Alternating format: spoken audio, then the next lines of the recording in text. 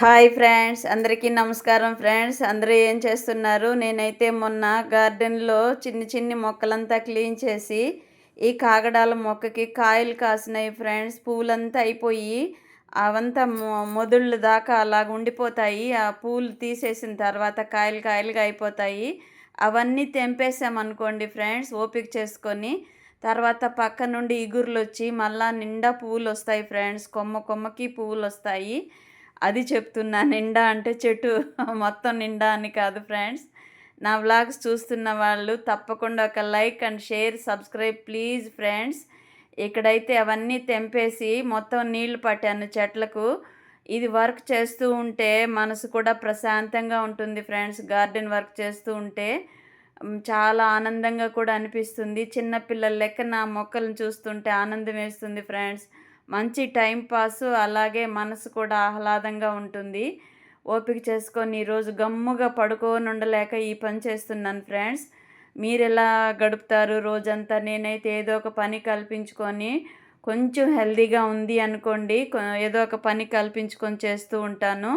అది నా రొటీన్ లైఫ్లో ఏదో ఒకటి వర్క్ జరుగుతూనే ఉంటుంది. ఇక్కడైతే పుచ్చకాయ తెచ్చిపెట్టి ఒక 3 రోజులు 4 రోజులు అయిపోయింది ఫ్రెండ్స్. అస్సలు కట్ చేయనే లేదు దాన్ని. ఈరోజు కట్ చేద్దామనేసి మొదలుపెట్టాను. ఇదైతే నేను ఎక్కువ సార్లు ఈ మధ్య ఇలా కట్ చేసేస్తున్నాను ఫ్రెండ్స్. మళ్ళీ పీసులు పీసులుగా కట్ చేసి అందులో నుంచి మళ్ళా సపరేట్గా చేస్తూ ఉంటే ఎక్కువ వేస్ట్ అయిపోతుంది పండు. అందుకని ఇలాగా కట్ చేసేసి మొత్తం తెల్లగా ఉండేదంతా తీసేసి దాని తర్వాత పీసులుగా కట్ చేసి బాక్స్కి వేసి పెడుతున్నాను. తినేవాళ్ళు తింటారు. మా పిల్లలైతే ఫ్రిడ్జ్లో పెట్టద్దు అని అరుస్తూ ఉంటారు. అప్పటికి హాఫే కట్ చేశాను, హాఫ్ అలాగే ఉంచేసాను ఫ్రెండ్స్. ఏం చెయ్యాలి? కొందరు తింటారు, కొందరు తినరు. ఇదైతే కొంచెం స్వీట్ తక్కువే ఉంది ఫ్రెండ్స్. ఈ మధ్య తెచ్చారు, చాలా స్వీట్గా ఉన్నాయి. ఈసారి ఎందుకో స్టార్టింగ్ ఇప్పుడే అనుకుంటాను ఈ ఈ తెల్లది అంటే ఇలా ఉండే కాయ, గ్రీన్ కలర్లో ఉండే కాయ ఇలాగ తేవడం ఫస్ట్ ఇదే టైం ఈ సీజన్కి. ఇంతకుముందు బ్లాక్గా ఉండే అంటే డార్క్ గ్రీన్లో ఉంటాయి కదా, ఆ కాయలు తెచ్చేవాళ్ళు మా వారు.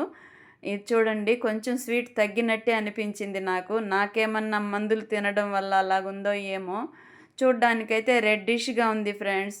అయితే ఎవరు ఎన్ని తింటే అన్ని తినలేని బాక్స్ కేసి ఆడ పెడుతున్నాను. ఓపిక చేసుకొని మనం కట్ చేయాల్సిందే ఫ్రెండ్స్. వీళ్ళకి తినడానికి బద్ధకమే, అలాగా కట్ చేసుకోవడానికి కూడా బద్ధకమే. మీ ఇంట్లో కూడా అంతేనా ఫ్రెండ్స్? ఏదైనా సరే మనం చేయాల్సిందే అన్నట్టుగా ఉండిపోతారు అందరూ. ఇంక తప్పదు కదా, మనం చూస్తూ పండ్లు అలా పాడేయలేం కదా. వేస్ట్ చేస్తే ఎట్లా? డబ్బులు తెచ్చి పెట్టినట్టువి కదా అని నేనే ఒక్కొక్క రోజు ఓపిక చేసుకొని కట్ చేస్తూ ఉంటాను. ఇలాంటి సందర్భాలు కూడా ఉన్నాయి.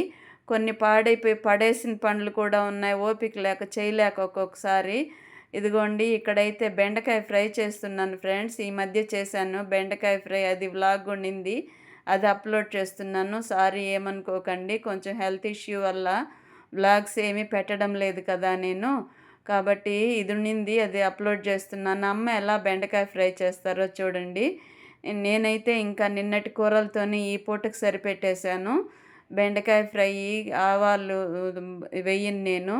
పచ్చిశనగపప్పు, జీలకర్ర కొద్దిగా వేసి అవన్నీ బెండకాయ ముక్కలన్నీ వేసి ఫ్రై చేస్తున్నాను. కొద్దిగా పసుపు, కొద్దిగా సాల్ట్, నాకు ఎలాగ అనిపిస్తే అలా చేస్తూ ఉంటాను ఫ్రెండ్స్. ఒక్కొక్కసారి ఏంటంటే సాల్ట్ లాస్ట్లో వేస్తాను, ఒక్కొక్కసారి ముందే వేస్తాను. ఇలాగుంటుంది నా అలవాట్లు కొన్ని. కొన్నిసార్లు అదే పనిగా గుర్తుగా చేస్తాను, ఒక్కొక్కసారి మర్చిపోయానంటే ఇలా కూడా చేసేస్తూ ఉంటాను. మాకు చాలామంది మనకు షార్ట్లో చెప్తూ ఉంటారు కదా, సాల్ట్ అనేది తర్వాత వేయాలి, లాస్ట్లో వేస్తే తక్కువ పడుతుంది సాల్ట్, ముందే వేస్తే ఎక్కువ అవుతుంది వాడేసరికి అని చెప్తూ ఉంటారు కదా. అలా గుర్తున్నప్పుడు అయితే లాస్ట్లో వేస్తాను, గుర్తు లేనప్పుడు అలాగ వేసేస్తాను. ఫ్రై అయితే రెడీ అయిపోయింది. ఇది పప్పుల పొడి లేకుండా ఓన్లీ కారము, సాల్ట్ వేస్ట్ చేశాను. బ్లాగ్ నచ్చినట్లయితే ఒక లైక్